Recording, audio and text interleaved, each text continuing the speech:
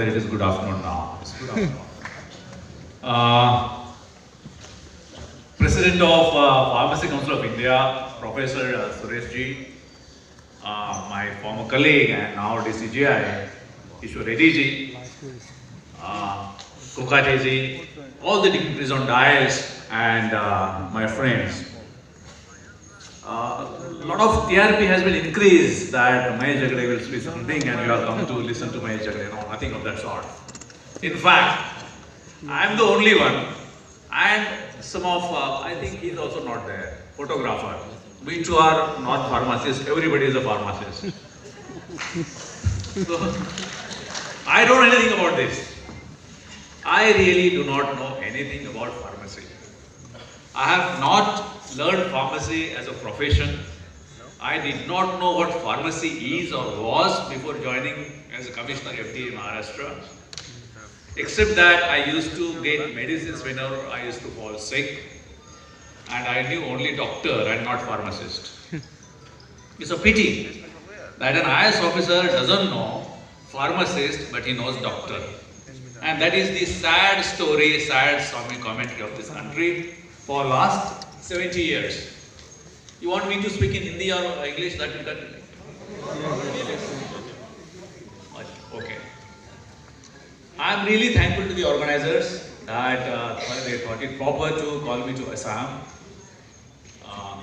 The land which is at the corner of the country, but it is also in the heart of the country. You are not at the corner. We are just one. We are the same country, and nobody should say that we are far removed from the country. And just to reiterate that, I have come here. I have also come here to pay my homage to Bhupen Hazarika ji, who recently got Bharat Ratna Award. I am his fan for his melodious voice. This state has given a kind of asset to this country, asset to the world in the form of his voice. Having said that, the pharmacist and Dr. Kokate has aptly said that you have to command the respect and not demand the respect. I like this particular thing. Now, how many of you are there? Like 10 lakhs. Professor Suresh said it is 10 lakh figure. He is representing 10 lakh of pharmacists in this country. Dr. Reddy, Ishwar Reddy is representing about 10,000 regulators in the country. There are about 10,000, could be 10,000 like DCGI and FDAs and drug controls. See, Drug and Cosmetic Act 1940, it was enacted for whom? For pharmacists or for regulators or for manufacturers or for associations like AIOCD. Can you tell me for whom this was enacted? किसके लिए? बताइए, आप बताइए. Pharmacist के लिए. This act was enacted for the patients of this country. And who supports this 10 lakh pharmacists? Who supports 10,000 regulators that Dr. Reddy leads? Who supports the 1,20,000 crores worth industry of manufacturing of drugs in this country? And who supports the trade of medicines in this country? Who supports? Who finances this? Is just the patients. And who is representing here today patients? No one. It's only the photographer and Mahesh Jagade. So we are talking about only pharmacists, we are only talking about doctors, we are only talking about the AIOCDs, and we are only talking about the manufacturers. And these kind of conventions every year, hope this convention is first and should not be the last, because the days of pharmacists are also numbered. It's not going to be in the distant future that this kind of conventions will not be there anymore. You have to really wake up. You have to wake up now. And you will not believe me what I am saying, but the days are numbered for such conventions. Every year, Mahakumbh of Indian Pharmacist Congress, or what is it called? IPS, Indian Pharmacist Congress. What is the outcome of it? How many patients organizations are invited or represented in the IPC? How many? Zero. How much money is spent on these IPCs? Who spends for this? Who spends? Patients.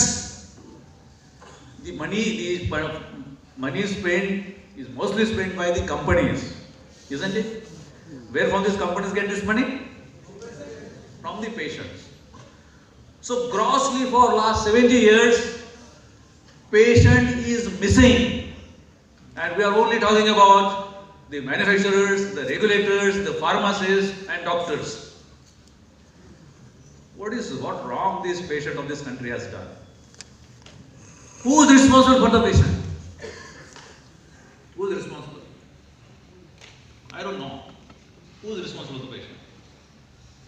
The Drugs and Cosmetics Act 1940 and Indian Pharmacy Act 1948, these two acts have ingredients ingrained into it, which is that the pharmacists are the guardians of patients.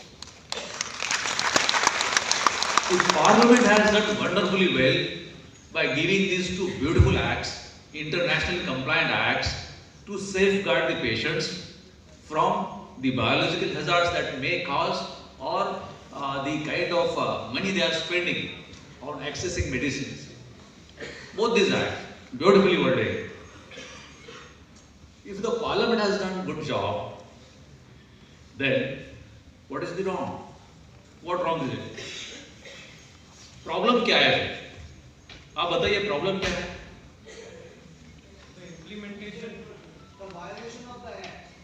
क्यों हो रहा है?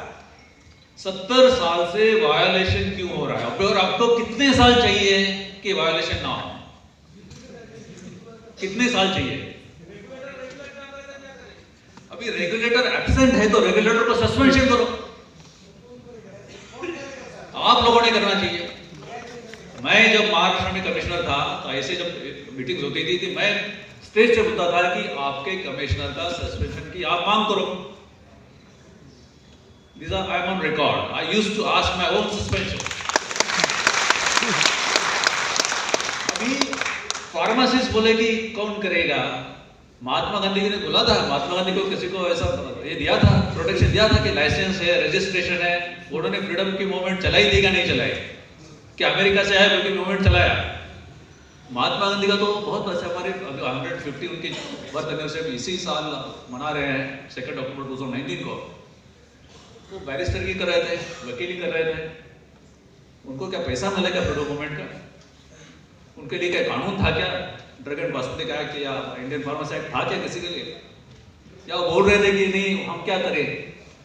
आपका जो response आया ना 5 second पहले, हम क्या करें, कौन करेगा? कौन करेगा ये?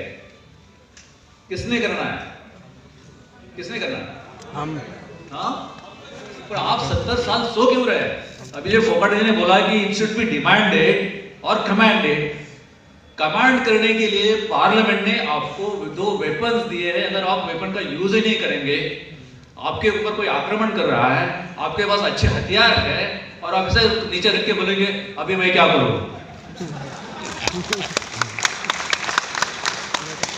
तो भुगतो, करो क्या? आपका कुछ होने वाला नहीं है. आपके भाई साहब ने भी बोला कि ये होने वाला है, वो होने वाला है, ऐसा होगा. अभी मेरे पहले से बात किया हो, बिलीव मी कुछ होने वाला नहीं है. जब तक आप कुछ नहीं करते कुछ होने वाला नहीं है. मुझे प्रॉब्लम इसमें है कि पेशेंट का कौन देखेगा?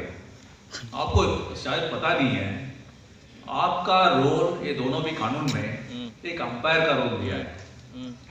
आप डॉक्टर से थोड़े सुपीरियर हो, अंपायर हो. ये आपको मालूम है क्या? जो प्रिस्क्रिप्शन लिखता है shall be dispensed only under the supervision. यानी आप डॉक्टर को सुपरवाइज कर रहे हैं, आपको ये वर्ड जो है कानून के थोड़ा सा उसका परपोर्ट सही मायना क्या है? You are supervising, not supervising the sale. You are supervising the prescription. You understand what I am saying? Yes, yes. आपको इतनी पावर दी है, आपको इतनी स्ट्रेंथ दी है, शायद आपका उसको पता नहीं है। सब डॉक्टर्स लोग से अगर अपने अच्छा पूरे देश में ये मूवमेंट शुरू कर दिया कि जो डॉक्टर्स जिस पैथी में ट्रेंड है उसी का ही प्रिस्क्रिप्शन हम ऑनर करेंगे। ऐसा होता है क्या देश में? तो आप क्यों कर रहे हैं? आप गुनाह कर रहे हैं। प्रिस्क्रिप्शन यानी what is prescription? A doctor who is competent to prescribe is the prescription, otherwise is a quack. Yes. तो आप क्यों कर रहे हैं? और ईश्वर जी, ये क्यों हो रहा है? ये क्यों नहीं होता है कि ये प्रिस्क्रिप्शन जब आता है कोई क्रॉस पैथी का या दूसरी पैथी का, तो इस देश में क्यों ऑनर किया जाता है? Whether regulator has a role or no, regulator does have a role.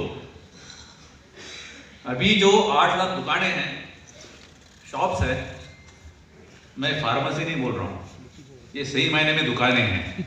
किराना दुकान और इसमें कोई फर्क नहीं है, कोई ज्यादा फर्क नहीं है इसमें। ये दुकान ही चला रहा है। It's nothing more than this. क्योंकि जब मैं एफडीए कमीशन चला गया, मैंने वहां का सर्वे किया कि कितने फार्मासिस्ट वहां काम कर रहे हैं। टू माय सरप्राइज बहुत गलत फिगर्स आ रहे हैं। मेरे ड्रग इंस्पेक्टर मुझे गलत फिगर्स दे रहे थे। 100%, कोई बोलता है 99%, कोई बोलता है 98%। आई स्टार्टेड कि मुझे बहुत अच्छा लगा कि मैं बहुत अच्छे देश में हूँ कि लॉ का कितना अच्छा कंप्लायंस हो रहा है। जब मैंने कॉलेज स्टूडेंट को लगाया इंटरनली, दूसरे इंडिपेंडेंट, तब सही फिगर्स आ गए कि कितने परसेंटेज फार्मासिस्ट एक्चुअली काम कर रहे हैं। और मुझे फिर पता चला इन सेकेंड वीक कि रेंटल सर्टिफिकेट भी होते हैं। I was shocked. Certificate rental पे जाते हैं, आपको मालूम है?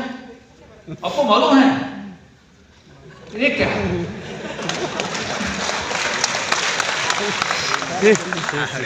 फार्मासिस्ट किस लिए किया है? काउंसलिंग के लिए किया है।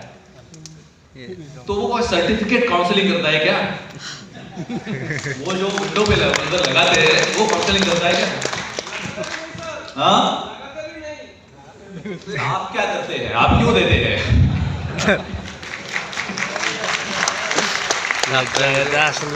मुझे आपका कोई लेना देना नहीं है। मुझे सब बोलते हैं कि ये फार्मेसी प्रोफेशन के लिए अच्छा किया, कॉन्फिडेंस दिया। नो, मैंने सिर्फ पेशेंट के लिए किया। I am very much concern about the patients. आप तो उसमें कोलैटरल बेनिफिशियरीज है, यू आर कोलैटरल बेनिफिशियरीज। और दोस्तों, हालात बहुत गंभीर है, हालात बहुत खराब है। और वो मेरे फिगर्स नहीं दे रहा हूँ, वर्ल्ड हेल्थ ऑर्गेनाइजेशन के फिगर्स है, उनकी फैक्ट शीट उनके वेबसाइट के ऊपर है। वर्ल्ड का जो बिजनेस है मेडिसिन का, ड्रग्स का, is about $1 trillion, which in Indian currency about 70 lakh of rupees. And according to World Health Organization, 65% of the entire trade that the medicines and drugs supplied, it is not needed because it is faultily dispensed, it is not needed sometimes, wrongly prescribed. These are the ways. That means about 40 to 45 lakh crores business across the world is not needed. It is sucking the patient's money. Yes. Unnecessarily. Correct. Because of whom? You people and ineffective regulators like me.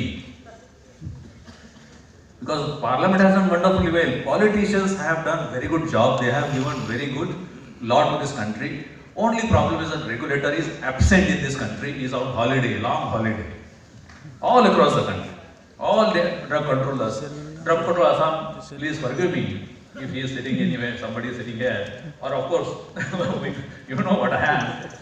but it is missing, and therefore lot of money.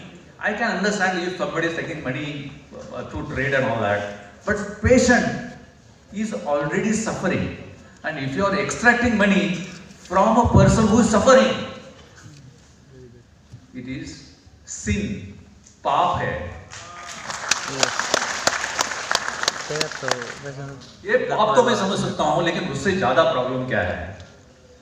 वो जो unnecessary medicine दिए जाते हैं, उसका असर mind and body के ऊपर होता है. वो ये पीढ़ी और अगली पीढ़ियों तक भी चला जाता है. Cytoplasmic changes also to take place. yes yes yes So, or those are also inherited, or because of we are changing now. We internally as human beings, we are changing. Not just because of medicines, there are many other factors, but medicines, drugs are also one of the factors contributing to the changes, biological changes in this species called Homo sapiens. तो ये जो problem है, ये problem control करने के लिए pharmacist का counselling जरूरी है. Second, and even worse, drug reactions. Drug reactions आपको मालूम है? yes एडवर्स ड्रग रिएक्शंस कितनी होती है? कितनी होती है? बहुत है. नहीं, किसी ने तो उसका तो किया ही नहीं है. Nobody has counted. drug बहुत कैसे कह सकते हैं आप? मैं तो कहूँ कुछ नहीं होते हैं. This country has slept over the figures of adverse drug reactions and adverse drugs events. Nobody knows about this because we do not like to face the problems. US, if you see their website, US FDA, about 1 lakh people die every year because of ADRs, adverse drug reactions. और वहाँ law का implementation बहुत ही strong है. जिनकी population about 30-35 crore है, जिनका implementation बहुत strong है, ऐसे देश में करीबन अगर 1 लाख लोग मरते हैं ड्रग की वजह से, हमारे यहाँ कितने मरते होंगे? हाँ, बहुत एक ही वर्ड है हमारे पास, दूसरे के सिवा दूसरा है क्या? We take life of a man in this country for granted. We don't care for life of a person. अभी इतना कानून देने के बावजूद अगर हम कर नहीं रहे हैं, तो फिर हम क्या कर रहे हैं? So it is the failure of pharmacists to be on the side of the patient. You are not on the side of the patient. The acts, both the acts have been designed for you to be on the side of the patient.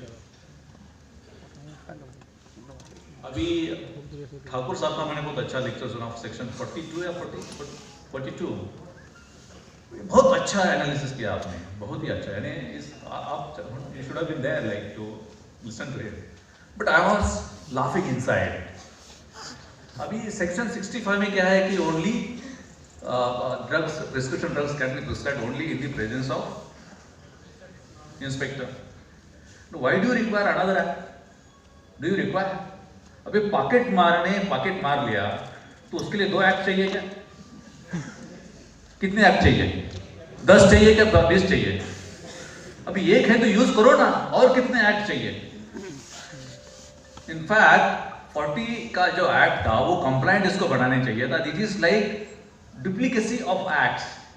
Acts कितने ही बनाओ, अगर उसका implementation नहीं हुआ तो act की क्या जरूरत है? ये क्या फायदा है? हमें मिनिस्ट्री एक ही है, हेल्थ मिनिस्ट्री है. अरे आप बताइए, अगर कुछ है तो आप डिस्कस करेंगे. चलो अभी बताएं. तो साइड पेशेंट के लिए क्या है?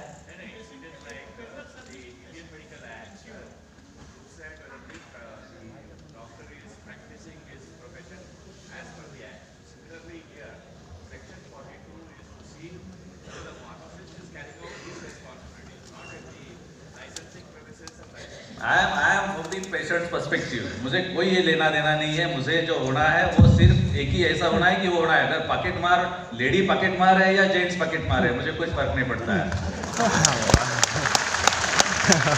वाला का कोई भी रहने दो, लेकिन मेरा पॉकेट नहीं मारना जाना चाहिए। That's all. Anyway, that is one small, we discuss it in threadbare, क्या करना चाहिए। अरे जो है वो इम्प्लीमेंट करो ना। किसने बोला इम्प्लीमेंट करने के लिए? उसके लिए तो स्टेट के रूल्स नहीं बनाने हैं। कोई ऐसे ड्रग इंस्पेक्टर के, कंट्रोलर के ऊपर कानूनन कार्रवाई हुई है क्या कि उन्होंने सेक्शन रूल 65 इम्प्लीमेंट नहीं किया है? हुई है क्या इस देश में? डीसीजीआई के ऊपर तो कोई हुई क्या? नहीं हुई है। डीसीजीआई का कोई रोल नहीं है कानून में।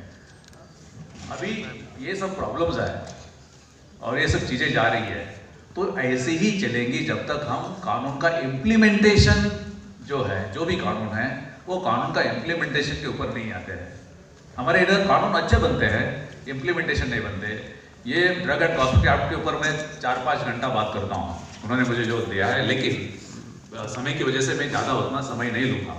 But unless and until implementation happens, nothing is going to happen. अभी पूरे देश में इम्प्लीमेंटेशन नहीं हो रहा है, तो ईश्वर जी मैं आपसे पूछता हूँ कि आपके हाथ में कुछ है क्या? कि इम्प्लीमेंटेशन नहीं हुआ तो क्या कर सकते हैं? कुछ है क्या? तो कुछ है नहीं कानून में। ऐसा अपनी नहीं, मेरे प्रेडेसेसर ने, आपके प्रेडेसेसर ने मुझे बोला कि हम तो पूरे राज्य है, राज्य को हम अधिकार दिए हैं और वो हम उनके इंटरफेरेंस नहीं करना चाहते हैं। ऐसा मुझे ऑफिशियली एक मीटिंग में बताया था। Which of fact which is on record. वो सही भी है कि we are now federal structure, राज्यों को अगर दिया है तो दिया है। फिर सेक्शन 33P क्यों है of drug and cosmetic act? Section 33P इसलिए है कि अगर कोई राज्य कानून इंप्लीमेंट नहीं करता है तो उसको डायरेक्शन देने के अधिकार केंद्र शासन के पर है। आज तक 1947 से आज तक कौन से राज्य को सेक्शन 33P के अंदर डायरेक्शन दिए गए थे? तो अभी तक जो भी हेल्थ सेक्रेटरी बने गवर्नमेंट ऑफ इंडिया के, वो क्या सो रहे थे क्या? क्या है? कौन कौन सो रहा था? देखिए, अगर पूरे देश में विदाउट फार्मासिस्ट प्रिस्क्रिप्शन अगर ऑर्डर किए जाते हैं और उसके लिए सेक्शन 33P डायरेक्शन का यूज नहीं करते हैं, तो फिर पार्लियामेंट गलत है जिन्होंने एक उसमें एडिशन दिया है। एक तो पार्लियामेंट गलत है या फिर secretary, health secretary government of India गलत है। कोई तो गलत होना चाहिए। यस यस मैं पार्लियामेंट को गलत नहीं मानता हूँ, क्योंकि ये बहुत बड़ा सब्जेक्ट है। सब पेशेंट, सब जो नागरिक है इस देश के, आपके देश में पेशेंट कितने हैं आपको मालूम है? कितने पेशेंट्स होते हैं एक साल में? कितने होते हैं? हर एक इंसान को कम से कम 3-4 बार तो मेडिसिन लेनी पड़ती है। विटामिन लाइन क्वेश्चन कितना, उतना ही है। कितना होता है? Anybody has done any research on this? कोई है ऐसा रिसर्च किया है? अमेरिका में every person normally gets 5 to 10 prescriptions, क्योंकि वो मेडिसिन, विटामिन ये सब लेते हैं। मैं सिर्फ 3 पकड़ता हूँ इंडियंस के लिए, क्योंकि मैं भी कम से कम एस्पिरिन, अभी तो एस्पिरिन मुझे लगा बैन कर दिया ना। Everyone is sufficient. हो गया बैन, अभी उठा दिया है। हाँ? एस्पिरिन चलता है। चलो वो नॉन प्रिस्क्रिप्शन ड्रग तो मैं लेता हूँ हेडेक के लिए, तो साल में 8-10 बार तो मैं ले लेता हूँ। समझ लीजिए कि हर एक सिटीजन को इन दिस कंट्री 3 बार तो मेडिसिन लेने पड़ते हैं। तो हमारे देश के हुए 400 करोड़ पेशेंट्स, 130 करोड़ की पेशेंट अपनी आबादी है, and then we have 400 crore of patients every year. और इतने सारे पेशेंट्स के उनका देखने के लिए जिम्मेवार कौन है? फार्मासिस्ट। कौन है? फार्मासिस्ट। फार्मासिस्ट है। आपने आपका रोल नहीं निभाया है। आपको कानून में वो प्रोविजन करके दिया है, तो भी आपने आपका रोल नहीं निभाया। मैं आपके आगे बोलता हूं कि ये जो यहाँ का कारोबार है, 120 करोड़ वर्थ मेडिसिन बनाए जाते हैं। अभी शायद नंबर बदला होगा ना, कितना? 150 करोड़ इज ह्यूज, और 150 crore are exported. No 120 crores exported and 120 crores local consumption, ऐसा है?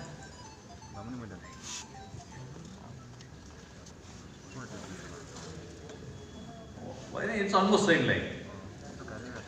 So 120 crores का बिजनेस है, वो कौन करता है बिजनेस इस देश में?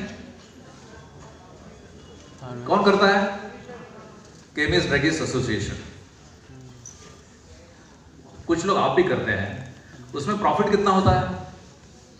Officially about 16 to 17% profit is mandated in the law. किसान धूप में, बारिश में दिन रात मेहनत करता है, उसके लिए कितना प्रॉफिट दिया है कानून में? कितना प्रॉफिट कितना है? कितना है? कोई कानून बनाया नहीं है किसान के लिए जो दिन रात मेहनत करता है, लेकिन आपके लिए रूल में बताया है कि 16% मिनिमम, 16% मिनिमम। तो आपके लिए बाकी सभी कानूनों से एक सेपरेट कानून बनाया है कि ये प्रॉफिट आपको मिले ही। यानी फार्मासिस्ट लोगों ने अगर बिजनेस किया तो आपको मिनिमम 16 to 17% प्रॉफिट मिलना है।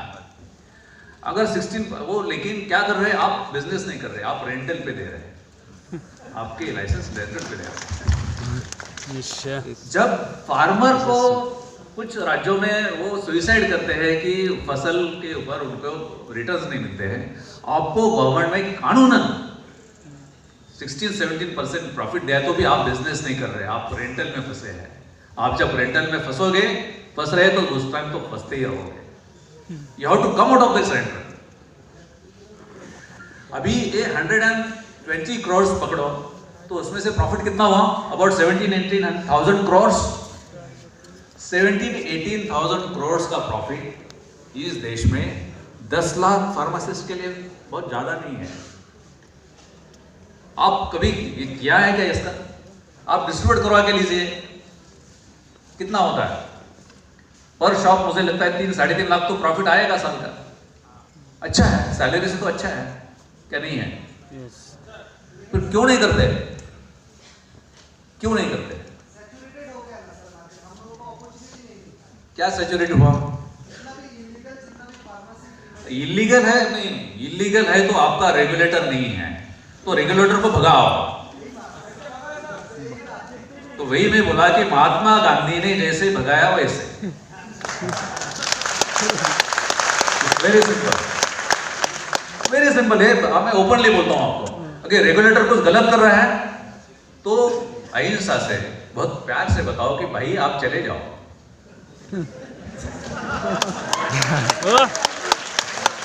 अगर आपको उतना नहीं आता है तो ऐसे ही कन्वेंशन करते रहो, अगले साल भी ऐसे ही कन्वेंशन करोगे। तो अगर आप नहीं सुधरोगे, मैं ये क्यों बोल रहा हूँ, आपके लिए नहीं बोल रहा हूँ, मैं मेरे पेशेंट्स के लिए बोल रहा हूँ। जब तक आप नहीं सुधरोगे तब तक पेशेंट का जो उनको मिलना चाहिए, सिक्योरिटी मिलना चाहिए, वो नहीं मिलने वाला। और दूसरा एक मैं प्रॉब्लम आपको बता रहा हूँ, हम पहले 3 इंडस्ट्रियल रिवोल्यूशंस देखे हैं। जो पहले अराउंड 76 हुआ था जब स्टीम इंजन आया और मैकेनिकल पावर आ गया। दूसरा 1840 to 1816 में इलेक्ट्रिसिटी आई और इंटरनल कंबशन इंजन आया, सेकेंड हुआ, मास प्रोडक्शन होने लगा। 1960-70 में इंटरनेट और information technology, third industrial revolution हो गई। आज 4th इंडस्ट्रियल रिवोल्यूशन हो रहा है। आपको मालूम है 4th इंडस्ट्रियल रिवोल्यूशन में आप बैठे, आपको मालूम है क्या है? Artificial intelligence, cognitive analytics, 3D printing, genomics.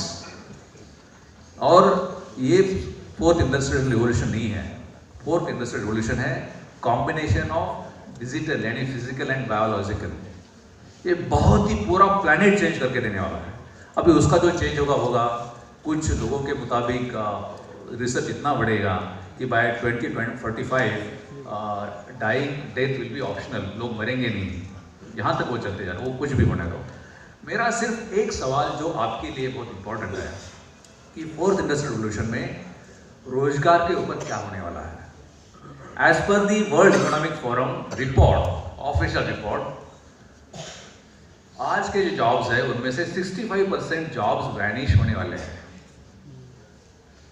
बाकी कुछ आएंगे, लेकिन आज की जो नौकरियां हैं जॉब्स है उसमें से 65% जॉब्स ये वैनिश होने वाले हैं। ये जो जॉब वैनिश होंगे तो फिर आप क्या करेंगे? आज तो रेंटल पे चल रहा है, ये चल रहा है, तो आगे जाके तो फार्मासिस्ट के हुए क्या नहीं मुझे मालूम नहीं है। आईपीसी ने तो कुछ स्टडी किया है क्या होने वाला है? आईपीसी शुड स्टडी कि ये क्या होने वाला है, आगे जाके क्या होने। हम इतने कॉलेजेस दे रहे हैं, ये कॉलेजेस हम क्यों दे रहे हैं? आगे जाके ये लगने वाले कि नहीं? अगर वर्ल्ड इकोनॉमिक फोरम सोचता है कि वर्ल्ड के 65% जॉब्स अगले 15-20 साल में जाने वाले हैं, तो ये सब नए कॉलेज देने के ये जो बच्चे हैं आगे जाके क्या करेंगे?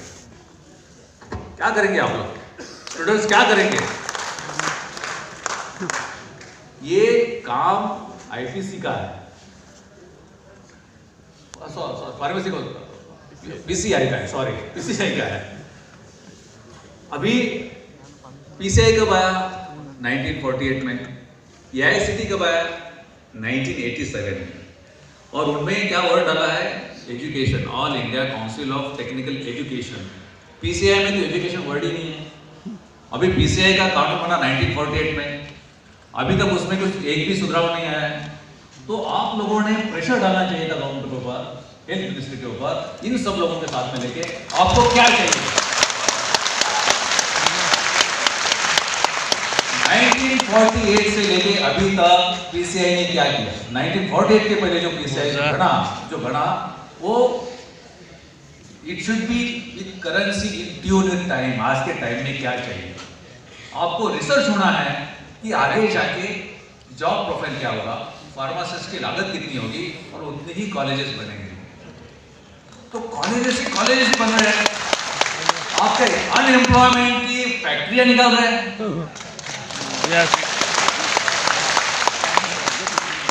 ये किसके लिए हो रहा है? जो है उनके लिए भी नहीं है। उनके लिए भी अभी क्या हो रहा है कि कितने परसेंटेज अभी शॉप्स बिना इसके चल रहे हैं। अभी नए जो कॉलेजेस आएंगे, उनके बच्चे आएंगे, वो क्या करेंगे? और रेंटल किसको देगा?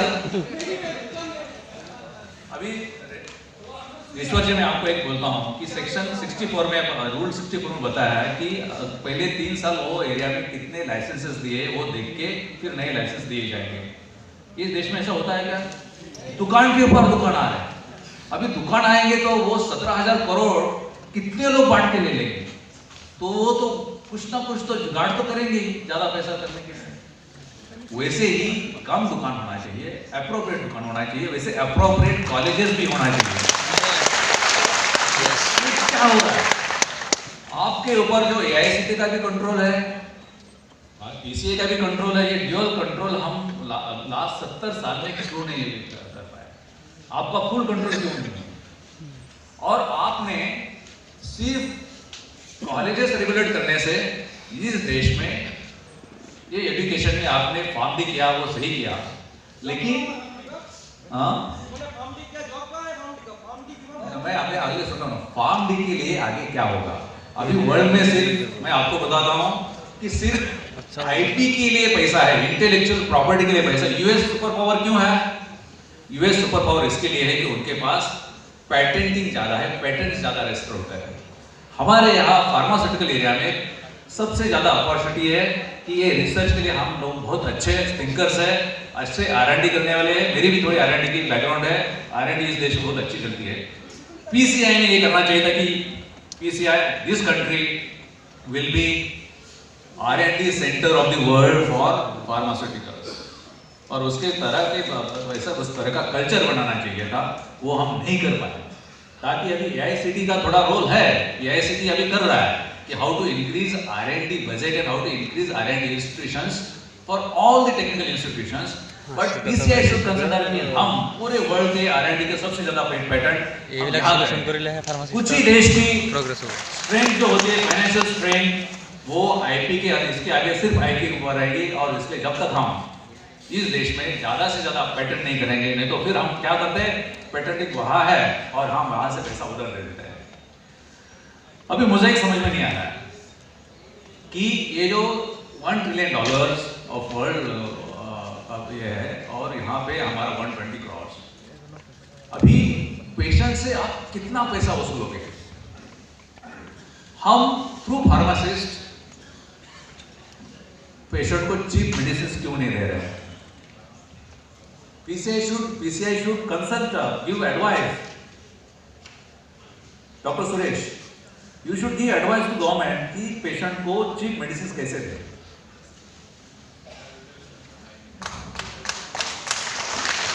नहीं कैसे, अभी तक क्यों किया नहीं है? आगे तो थॉट्स तो चलेंगे.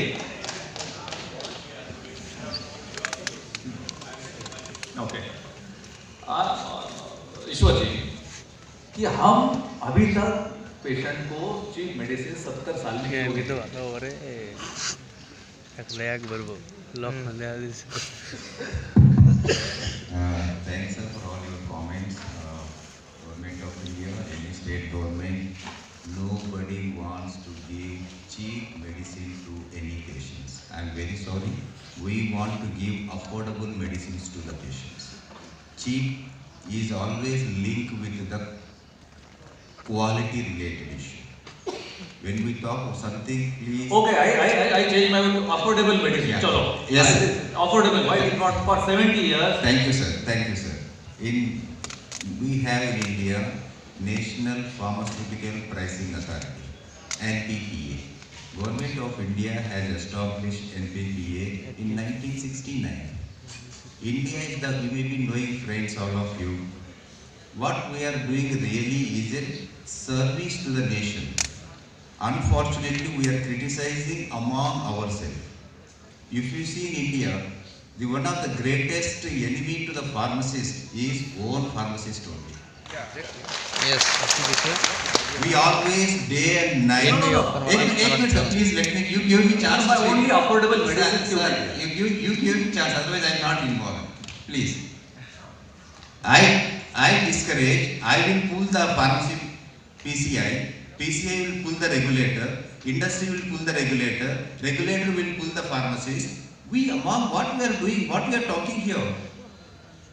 This is the platform here to criticize each other.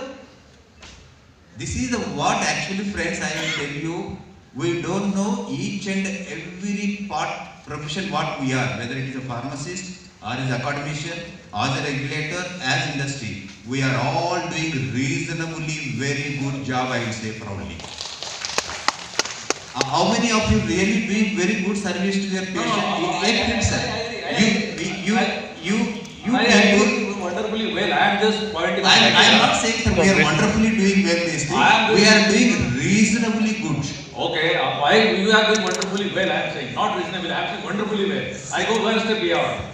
I wonderfully want, but I want to point out that in last 70 years we failed to give affordable medicine to, and I will prove that how.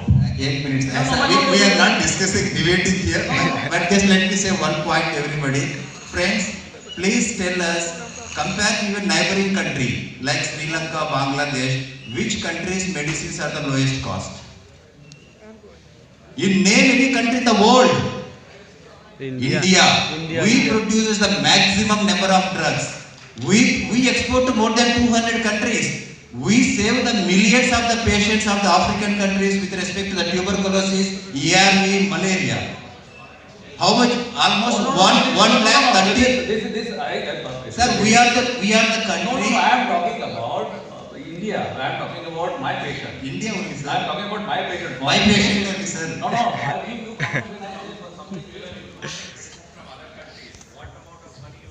No. Just. I am just. No. Please. I think. Please, just you can mention this, but I am making the point. In last 70 years, we failed to give medicines at appropriate pricing in this country. Let me tell me how we have done it. We have in USA, we are supplying about 40% generics from India. कितना? किसको जाते हैं? हमारे यहाँ generics कितने बेचे जाते हैं? कितने percentage generics अभी ईश्वर जी currently? In India, friends, can you show me what is the definition of generic and the Drugs and Cosmetic Act? So what we are talking, when there is no definition under the Drugs and Cosmetic, I don't know what is generic. I will tell you. Under the Drugs and Cosmetic, I am the regulator. implementing the provisions of the Drugs and Cosmetic Act. What it is defined, drug, new drug, investigational new drug, new chemical entity, fixed dose combination, these are the terminology used. So I think we should not. I'll get to that. I'll come to it. I have, thoroughly read all these things word by word.